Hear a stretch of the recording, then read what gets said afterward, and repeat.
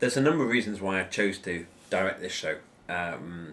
It's to do with the company and the people that we've got in the company at the moment, Robert and Irene and our two young graduates, Gemma and Alan, and the play is perfect for them. But I also think that looking at the season as a whole, I'm interested in this play because it complements some of the other work that we're doing, which is maybe aimed at slightly younger audiences. And whilst I think Who's Afraid of Virginia Woolf is a play that anybody can enjoy, it looks at a 23-year-old marriage. So it's, I think people who have been in relationships for a long time and understand that dynamic will find this play in particular very, very interesting.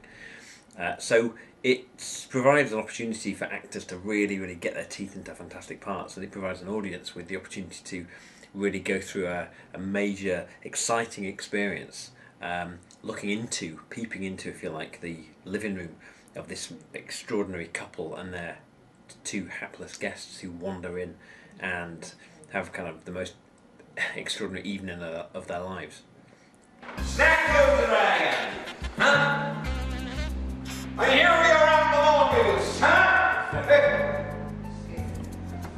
I said, here we go on the Lone Moose! No, Snack goes the dragon. Snap.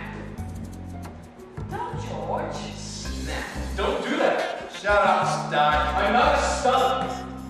Snap. Then you're a houseboy. Which is it? What are you? Make up your mind. Either way, snap. You disgust me.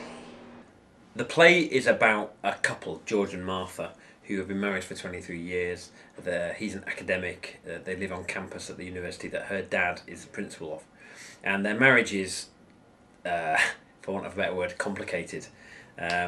They occupy their time by playing games with each other, verbal games, keeping each other on their toes. But what that does is it disguises the kind of deep sense of frustration that they both have, I think, with themselves and also with their lives. And the play just looks at one night, I think between the hours of 2 and 5 in the morning, when there's following a party.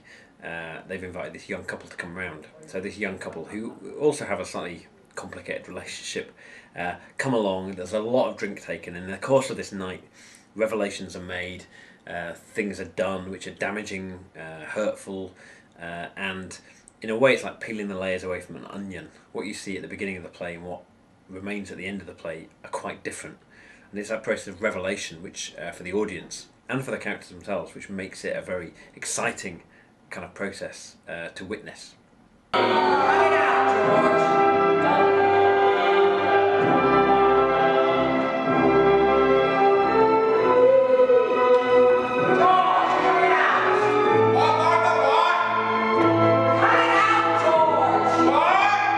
What I want for people to get out of watching this is I want it to be like, in a way, watching some kind of contest, like a boxing match, or where there's a sense of combat going on.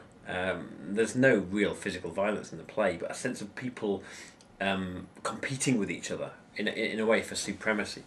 And I want the audience to be on the edge of their seat for that during the show, so that there's a sense of excitement, a sense of where is this going to go next.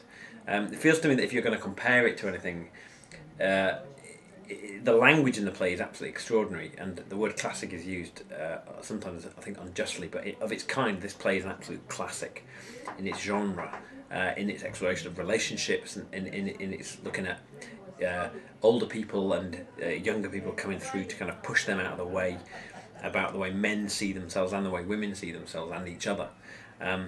In a way, it's a bit like Big Brother. I would like to feel like watching that kind of game reality show where you're part of it, but you're not part of it, and there's both an uncomfortableness, but also a pleasure, a vicarious thrill of being allowed to witness this kind of activity as people behave in ways that aren't necessarily particularly nice ways to behave. So there's a sense of the thrill of that, but also the forbidden pleasure of that. And I think the audience needs to feel at any time it could go anywhere, and therefore it's very exciting and unpredictable.